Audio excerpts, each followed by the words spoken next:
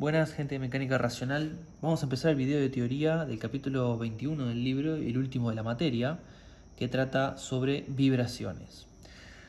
Al tema este lo vamos a dividir en dos, los que son las vibraciones de sistemas conservativos, es decir, sistemas que no tienen pérdida de energía cuando están en acción, y luego sí vamos a ver vibraciones en sistemas que sí pierden energía, o lo que también se dice en este caso de vibraciones serían vibraciones amortiguadas. Pero antes que nada vamos a hacer una pequeña introducción sobre el concepto de vibraciones. ¿Qué entendemos por vibraciones cuando hablamos en el estudio de nuestra materia? Básicamente es la oscilación de la materia, en muy pocas palabras. ¿Y esto qué significa la oscilación de la materia? Significa un movimiento oscilatorio, es decir, que respecto a su posición va a variar, digamos, respecto a una posición de equilibrio, tanto para un lado de la posición o para el otro. Sea como sea que se defina la posición, la oscilación entonces tiene que ver con un movimiento que tiene una característica de repetitivo en cuanto a su cambio de posición, donde vamos a ver características como la frecuencia y la amplitud de la onda vibratoria. Entonces vamos a ordenar un poquito todos estos conceptos. Dijimos entonces que la vibración es la oscilación de la materia. ¿Qué es una oscilación? La oscilación es cuando una porción de materia, digamos una masa o lo que sea, pasa de un estado de equilibrio a un estado de desequilibrio, luego vuelve a pasar por el estado de equilibrio y luego, digamos, se mueve hacia una posición opuesta a la que estaba previamente antes del estado de equilibrio. En los sistemas conservativos, como los que vamos a empezar a analizar, como no hay pérdida de energía, digamos, el causante del desequilibrio en la materia se conserva, digamos, y lo que hará la oscilación es no cambiar nunca. Es decir, que buscará el equilibrio, la materia, desde su posición de desequilibrio, buscará el equilibrio, pero como en el transcurso de esa transición no hubo energía que se pierda, como ya vimos en los sistemas conservativos de movimiento, tenemos energía potencial y cinética. Lo que sucederá es que, digamos, pasará a una nueva posición de desequilibrio, digamos, opuesta a la primera. Entonces, y así seguirá oscilando en perpetuidad, aunque eso no exista en realidad en un sistema ideal conservativo, es así como se lo estudia.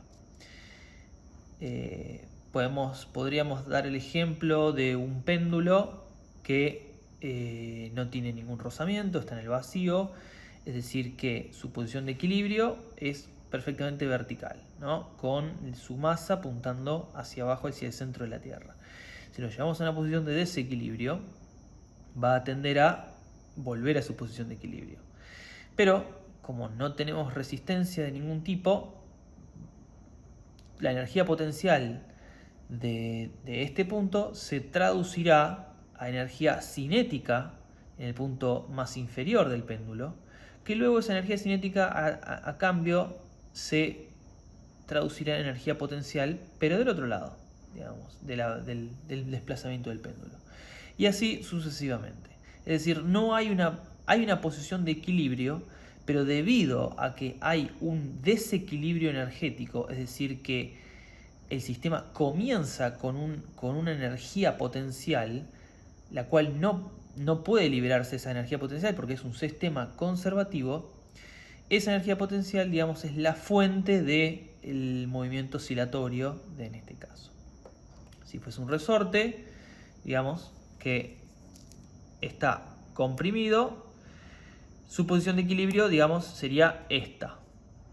Pero en el caso de que supongamos que esto lo tenemos agarrado así, este resorte va a querer expandirse, luego cuando llegue a su energía potencial elástica máxima, al estar estirado, querrá contraerse de nuevo, pasará por la posición de equilibrio hasta contraerse de nuevo, acumulando nuevamente energía potencial elástica, que luego liberará energía cinética y luego de nuevo potencia elástica, y así sucesivamente hasta el infinito, si es un sistema conservativo. Ya veremos en el próximo video de teoría sobre vibraciones amortiguadas. Voy a dividirlo en dos para que no sea muy largo, que digamos podemos analizar estos mismos sistemas conservativos, luego hacemos una consideración aparte para lo que sería las constantes de amortiguación o cómo actúa el efecto de amortiguación en estas vibraciones, para saber cómo afecta eso a la posición. Pero lo más básico es empezar por estos conceptos. Saber que la vibración puede ser una vibración saber que la vibración es digamos una oscilación de la materia.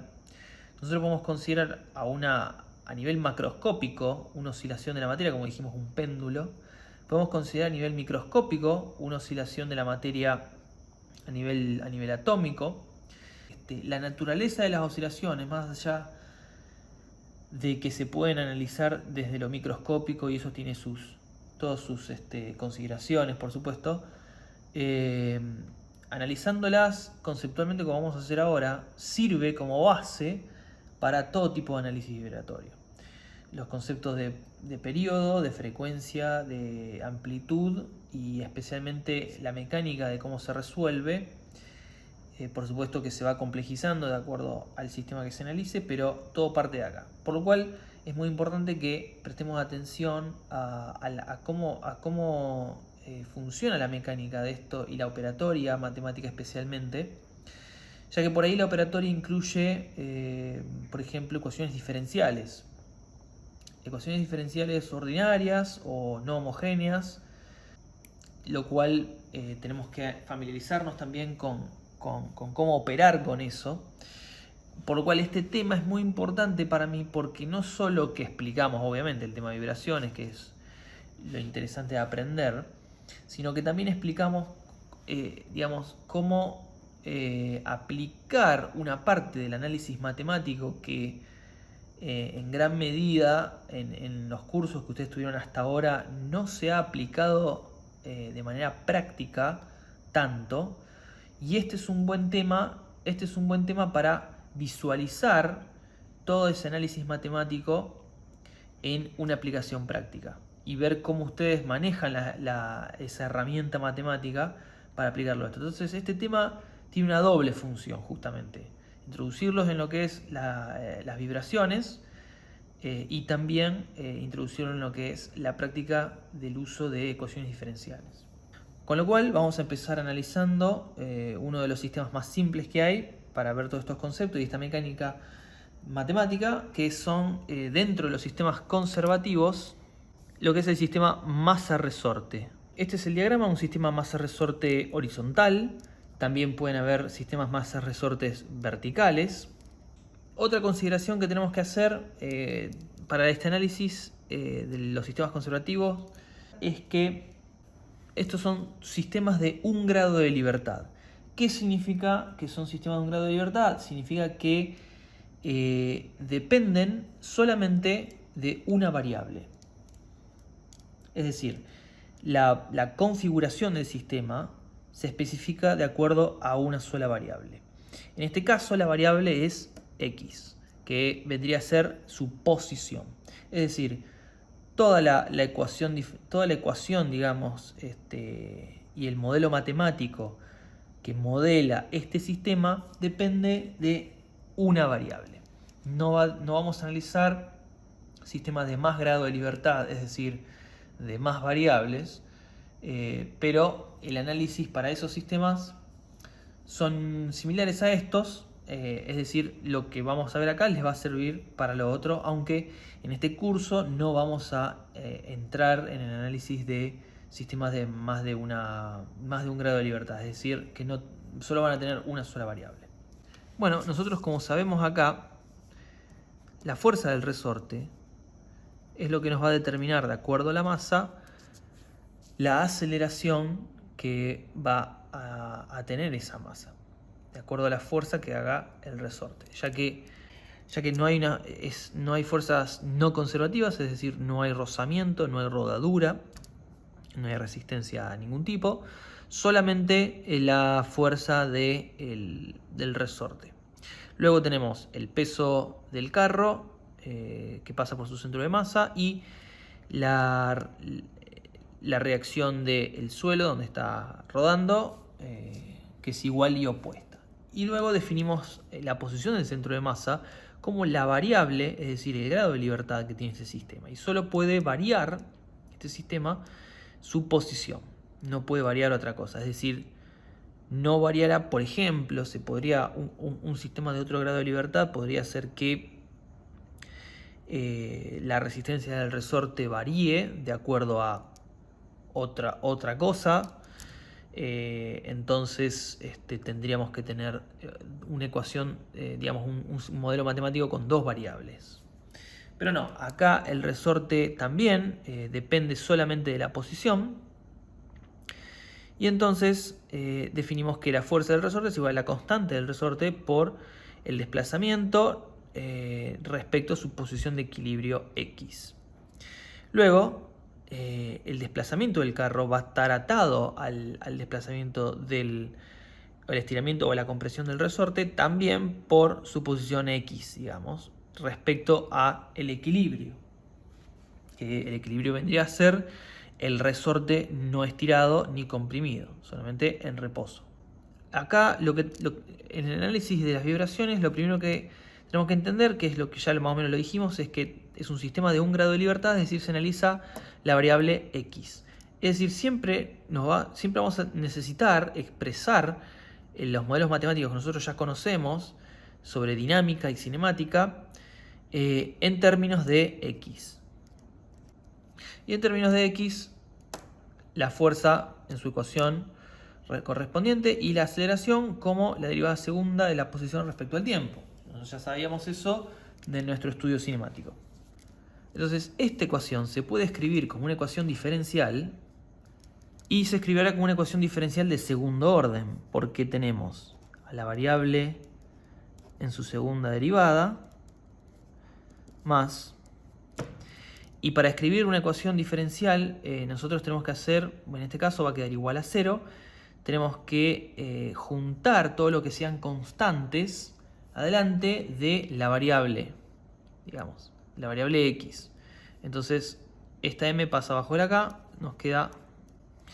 Y esta es la ecuación diferencial ordinaria, porque es igual a 0, una ecuación diferencial de grado 2, porque su derivada mayor es derivada segunda, y queda expresada de esta manera, que en términos de X, derivada segunda de X, más constante, esto es una constante, y el término X de nuevo, igual a 0.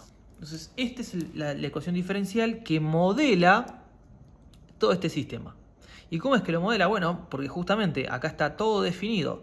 Digamos, la posición del carro va a estar dada por la fuerza que esté haciendo el resorte, o viceversa, la fuerza que esté haciendo el resorte está dada por la posición, y al mismo tiempo la aceleración que va a tener el carro, si por ejemplo se lo lleva a una posición y se lo libera, va a ser igual a la fuerza, digamos, que va a estar haciendo el resorte por la masa del carro.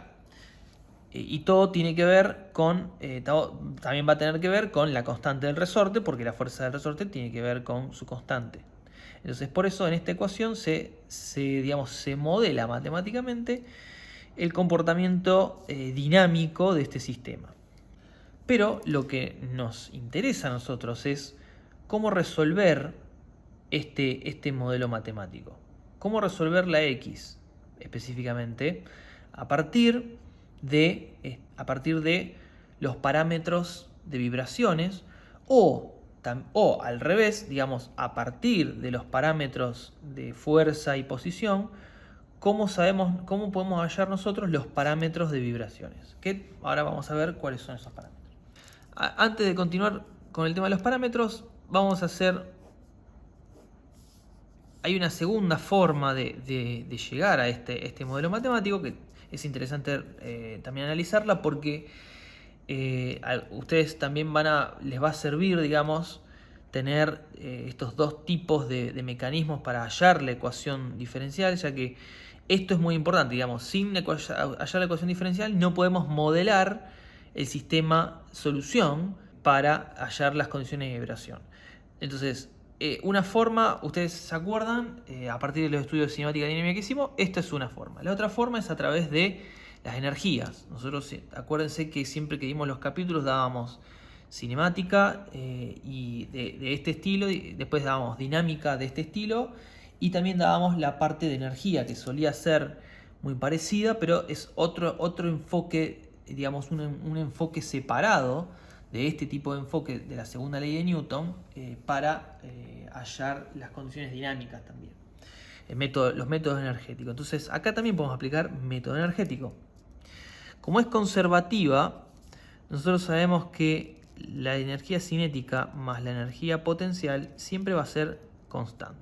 En algún momento va a tener todo de energía potencial y nada de cinética, en otro todo cinética y nada de potencial, y toda la transición intermedia. Entonces, lo que escribimos justamente esto, y ya directamente expreso las variables respecto a la variable nuestra x, y así quedaría expresado, digamos, los sistemas conservativos con método energético respecto a la variable x. Recordemos que esta es la energía potencial elástica y esta es la energía cinética. Ahora, para hallar, digamos, la ecuación diferencial de segundo orden, como le llamamos acá, tenemos que derivar esto respecto al tiempo. Recordemos que la derivada de una derivada al cuadrado es primero derivar esto como si fuese una x en vez de una derivada, una x, es decir, nos quedaría 2 por, digamos, la derivada 2 por la variable, y como es una función dentro de una función, se vuelve a derivar lo que está dentro, por lo cual multiplicado derivada segunda de x respecto del tiempo. Entonces, esta derivada se hace así. Primero se deriva como si esto fuese una x, o sea, 2x sería la derivada, y en vez de x pongo la derivada de x respecto de t, y luego se multiplica por la derivada, digamos, se deriva lo de adentro. Recordemos lo que serían las funciones compuestas, ¿no? Derivada de función compuesta. Entonces, queda 2 derivada segunda. Luego teníamos acá adelante un medio, que venía de acá. Este es este. Y teníamos la masa. Acá sacamos factor común y esto se va, sacamos factor común, entonces nos queda la derivada de lo mismo que antes. Esta m, recordemos que la teníamos que poner en el término de la x sin derivar. Entonces, como está, digamos, podemos dividir todo por m. Entonces acá la m se iría. Quedaría debajo de la x. Y acá, bueno, 0. Entonces esto también se iría. Nos queda entonces derivada de x respecto del tiempo, derivada segunda de x respecto del tiempo por 1 y nada más, más k sobre m, x, k sobre m por x es igual a 0. Y esta es lo mismo que la que habíamos visto antes. Bueno, esto por supuesto se va. Ahora, la masa... vamos a analizar ahora este sistema masa-resorte ahora respecto a la vertical. Y acá hay una consideración muy importante. Cuando el resorte está en reposo, la fuerza del resorte es igual al peso. Es decir, el resorte se estira, digamos, queda en reposo todo el sistema, o sea, queda en equilibrio en esta condición, con el resorte tensionado y en igualdad con el peso. Entonces, lo que se hace en estos sistemas donde hay una condición de equilibrio tensionada, ya vamos a ver otros ejemplos. Entonces, este valor de x toma un valor para la posición de equilibrio. Nosotros definimos una nueva x que es respecto al equilibrio. ¿Qué quiere decir? Que la x respecto a la posición de equilibrio va a ser la x menos la masa sobre k. ¿Y esto de dónde sale? Sale de que el resorte, la posición de en x, que el resorte no está estirado ni comprimido, es decir, la posición donde que tendría el resorte si la masa fuese 0, es igual a que a la posición respecto del equilibrio menos la posición del equilibrio. Eso multiplicado por k. Entonces, digamos, x menos x por k. Entonces, esta delta x nos da la diferencia entre la posición del resorte sin estirar ni comprimir y su posición de equilibrio con la masa. Es decir, la posición de equilibrio del sistema es considerando la masa. Luego está la posición inicial del resorte.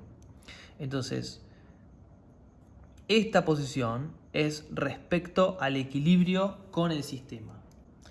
Porque a nosotros lo que nos interesa saber, o sea, en realidad lo que hace la ecuación diferencial es analizar el sistema vibratorio respecto a la posición de equilibrio, es decir, respecto a esta posición donde el peso es igual a la fuerza que está haciendo el resorte. A partir de ahí, cuánto oscila, va a oscilar para arriba y para abajo, es decir, qué fuerza extra se le está haciendo a este sistema para sacarlo del equilibrio. Por eso nosotros tenemos que definir una condición nueva, que es esta, digamos, respecto a la posición, a la función de posición del resorte.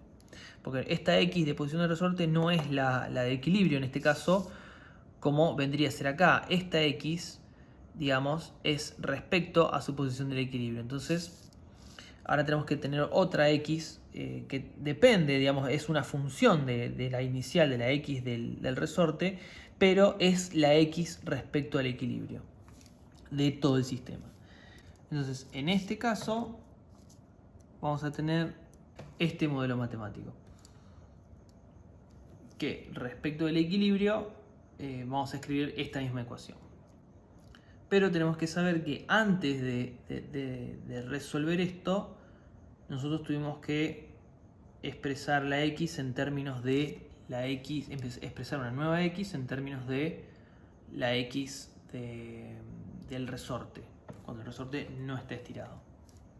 Otro sistema que podemos analizar que nos va a ser muy útil es el sistema péndulo, porque acá incorporamos lo que es dinámica bidimensional,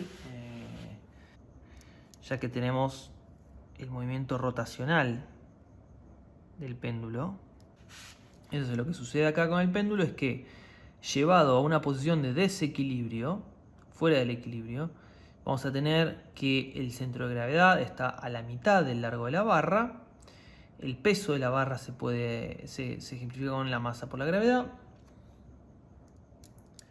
Vamos a tener que nosotros lo movimos de su posición inicial un ángulo θ. Entonces ahora expresamos el desplazamiento en vez de en x en un desplazamiento angular. Y de nuevo tenemos dos caminos como habíamos hecho con los otros ejemplos. Tenemos el camino según las leyes de Newton y según los métodos energéticos. Digamos, con el análisis de la segunda ley de Newton, nosotros sabíamos que la sumatoria de momento es la inercia por la aceleración angular. ¿Cuánto es el momento acá? Bueno, es muy simple. Tenemos ¿cuál es el brazo de palanca? ¿Cuál es la distancia de esta fuerza respecto al punto de pivote? Es esta horizontal. Y esta horizontal la podemos sacar utilizando el ángulo y la mitad del largo de la barra, lo cual es la mitad del largo de la barra seno de tita por, esa es la distancia, por la fuerza que es la masa por la gravedad.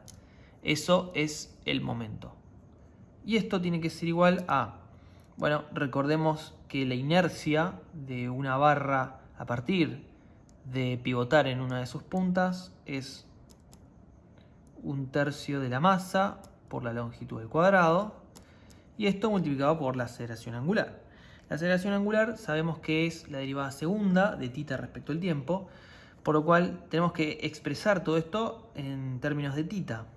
Entonces, esta ecuación nos queda, si ubicamos todas las constantes junto a la tita no derivada, y esta la expresamos como derivada segunda de tita, nos queda 3/2. Nos queda esta expresión. Digamos, es la misma ecuación diferencial, excepto que la variable no derivada está con una función seno. Ahora vamos a ver cómo digamos, la reescribimos para que no tenga la función seno, porque nos puede complicar la vida eso. Ahora vamos a ver el método energético de este tipo de sistema para ver, y después vemos cómo resolvemos el tema de este seno, porque también nos va a quedar ese mismo problema con esta ecuación. Entonces acá nosotros tenemos que expresar la energía cinética, que es un medio de la inercia, por la velocidad angular. Ya directamente lo expreso la velocidad angular en términos de tita al cuadrado. Y la energía potencial, hemos dicho, es, en este caso, menos masa por gravedad. Y la altura, digamos, la vamos a tener que expresar ahora usando el coseno. Esto, digamos, se suma. Esta inercia, digamos, la resolvemos poniendo lo mismo que hemos puesto acá.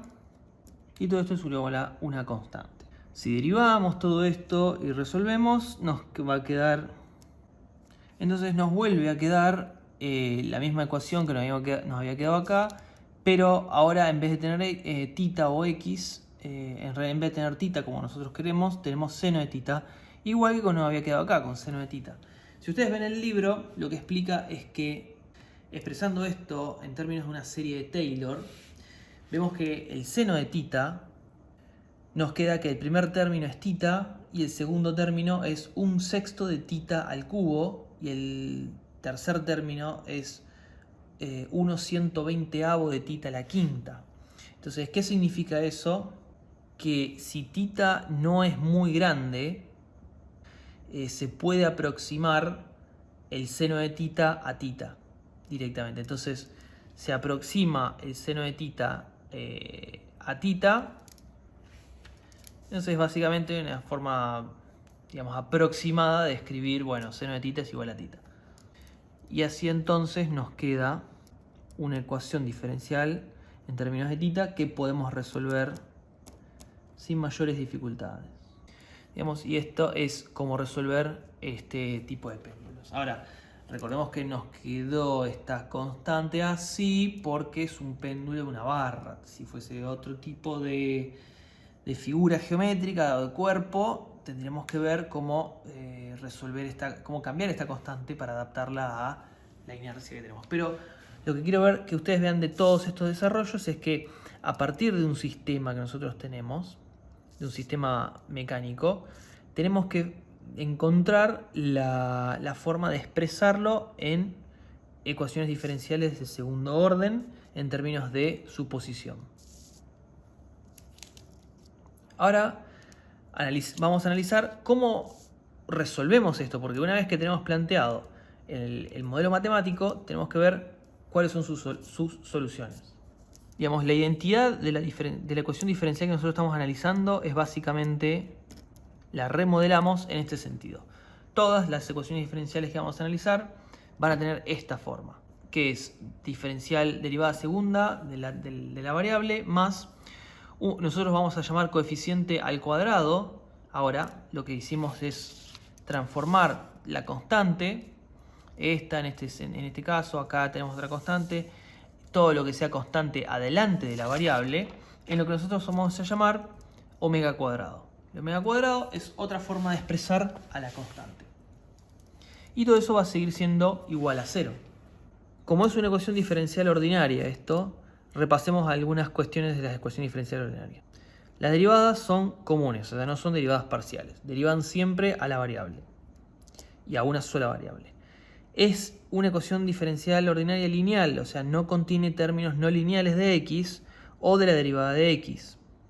Es decir, no tenemos esto al cuadrado o no tenemos esto tampoco al cuadrado. Homogénea con término de... Homogénea porque, digamos, este término es ya sea x o derivada de x. Y el coeficiente, digamos, es constante, es decir, no depende de t. O sea, este omega cuadrado no va a depender de t. ¿Qué quiere decir? Que este omega cuadrado, ¿qué era? Era la constante del resorte, la masa,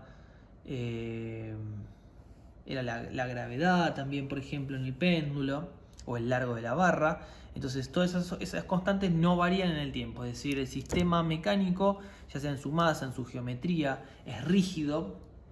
Y bueno, otras consideraciones que sus características mecánicas no cambian en el tiempo. La solución a esta ecuación diferencial se dice que es de la forma constante c e a la lambda t, siendo c y lambda dos constantes.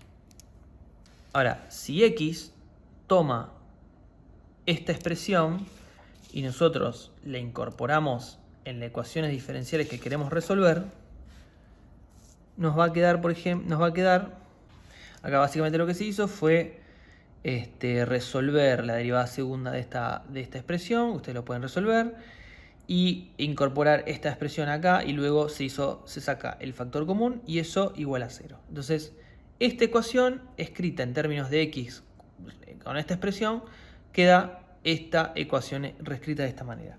Ahora, resolver esta ecuación,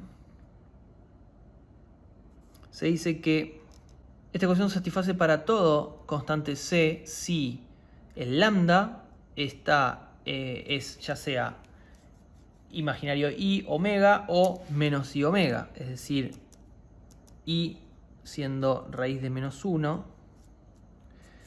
Se dice que tiene dos soluciones no triviales que, usando Euler, se puede expresar en e a la i tita siendo igual a coseno y seno de tita.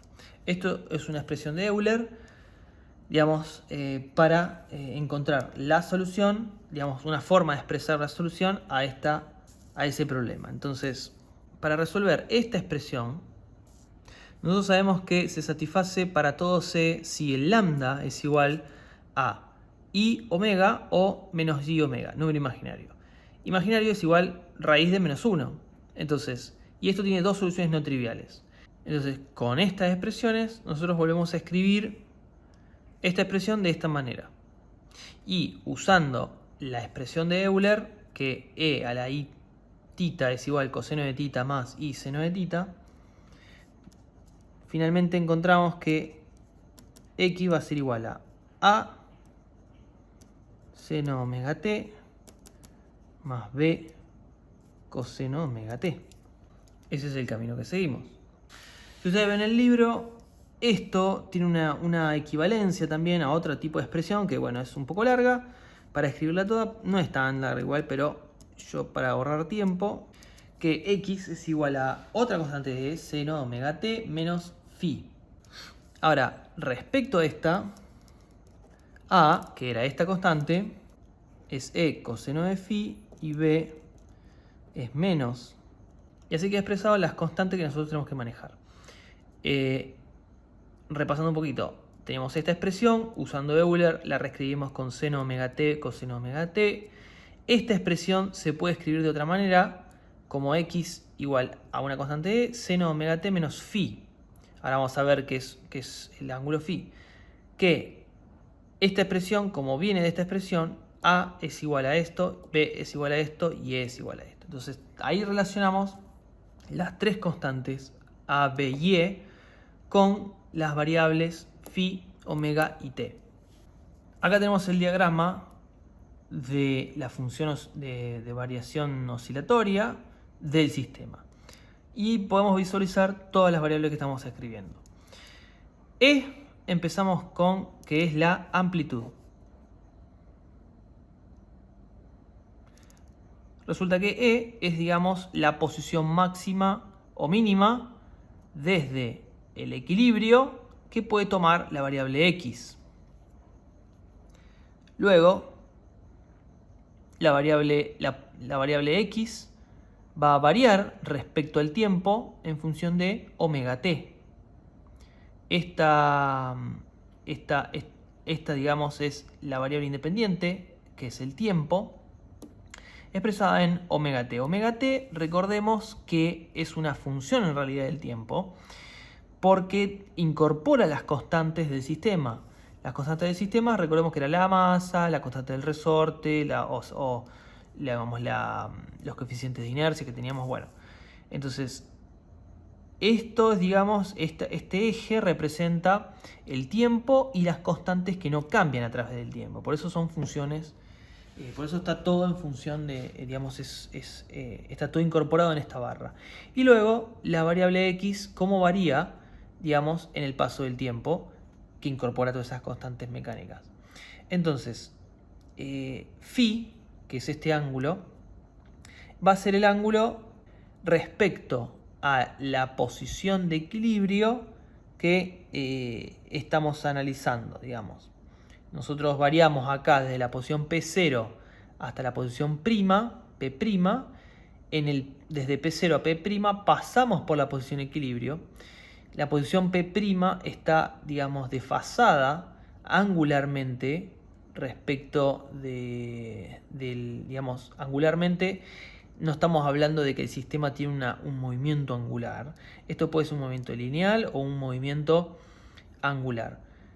Pero la oscilación es un movimiento angular, digamos, es una función angular la oscilación, porque digamos, tiene una forma de seno o coseno. Entonces, si nosotros analizamos a la función vibratoria con esta ayuda geométrica, nosotros vemos que a partir del punto de equilibrio, digamos, se desfasa, a partir del punto de equilibrio está desfasado de la posición inicial. Nosotros estamos desfasados del punto de equilibrio digamos, una posición angular de la función. Entonces, y eso es el phi este. Luego, nosotros analizamos el pasaje de P0 a P', digamos, y en esta función que tenemos un ángulo, nosotros recorrimos omega t'. Omega t' vendría a ser este punto, que es el transcurso del tiempo, incorporado todas las constantes, que dejamos pasar entre la posición inicial y la posición final. Y en el medio pasamos por el equilibrio, que estaba dado, nosotros pasamos por el equilibrio. Nuestro desfasaje inicial del equilibrio estaba dado por este desfasaje phi. Y ahora nosotros incorporamos, vamos a definir dos variables muy importantes de la descripción, digamos, general de las vibraciones, que son el periodo tau, definido por 2pi sobre omega. Y al mismo tiempo esto define la frecuencia como la inversa del periodo, que va a ser omega sobre 2pi. Esto se mide en segundos y esto se mide en hertz, que es nada más ni nada menos que 1 sobre segundo. ¿Y por qué el periodo y la frecuencia son 2pi sobre omega? Porque, como habíamos definido, para que se cumpla un periodo entero, tienen que pasar una vuelta entera del círculo este.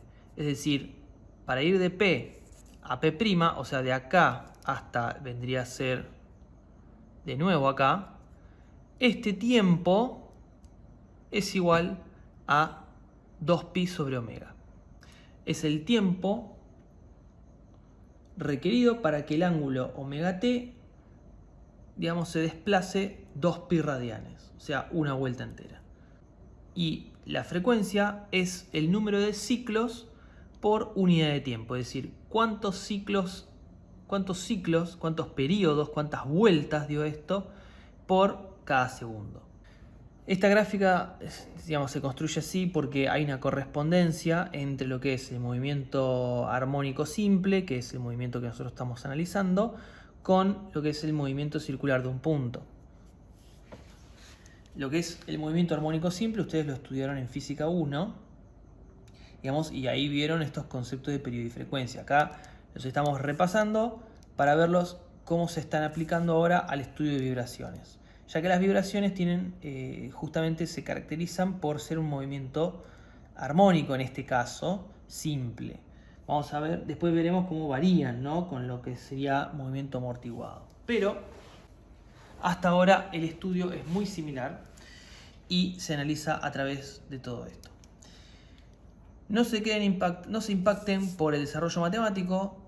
Vamos a ver ahora con una práctica cómo aplicar directamente esto. Y solo para que les quede registrado antes de continuar con la práctica, es por ahí útil que lo tengan escrito, incorporado en el cuadernillo de fórmulas, las siguientes ecuaciones. Si nosotros queremos calcular la energía a partir de esta expresión de X, ahora la energía cinética y energía potencial, como hemos expresado al principio, acá, a partir de esto nos va a quedar esta expresión. Ahora tenemos que derivar esto, entonces para que les quede directamente ya escrito y ustedes lo tengan presente y agréguenlo en el cuadernillo de fórmulas si no lo tienen, la expresión de la energía cinética y la expresión para la energía potencial. Si ustedes lo quieren resolver, confírmenlo, deriven X para uno y para el otro y van a ver que tienen que obtener estas expresiones.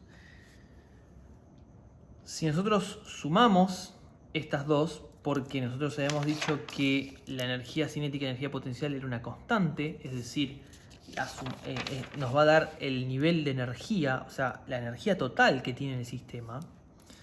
Recordemos que la energía en el sistema es una constante, es decir, que en su punto de amplitud más amplio vamos a tener el punto máximo de energía y luego en todos los otros puntos vamos a tener el punto máximo de la otra expresión de energía, ya sea cinética o potencial, y siempre la suma de las dos nos tiene que dar la constante. Entonces la suma de estas dos va a ser igual a... Y esto, digamos, es la energía que tiene el sistema oscilatorio en cualquier momento dado. Por eso no depende de T. Ya acá T desapareció. Y es solamente todas constantes que no varían en el tiempo en la oscilatoria. Por eso la variación de energía siempre permanece constante. La sumatoria de todas las variaciones de energía. Como práctica, para lo que vimos hasta ahora, tenemos que hacer 21.06 y 21.10. Me parecen dos problemas que están muy buenos, son completos, especialmente el 21.10, ya que incorpora, digamos, en la resolución toda la parte de inercia, incorpora lo que es inercia de polea, momento, aceleración angular. Entonces lo van a ver bastante, es como que compacta todo bastante en, digamos, incorpora todos esos conceptos de dinámica bidimensional a la parte de vibraciones. Y el 21.6 es un buen ejercicio introductorio para hacer una buena práctica de todo esto, incluso con una pequeña trampita que vamos a resolver, que justamente es lo que voy a hacer como ejercicio de video de práctica luego de este video. Así que nos vemos en el próximo video resolviendo este problema. Muchas gracias.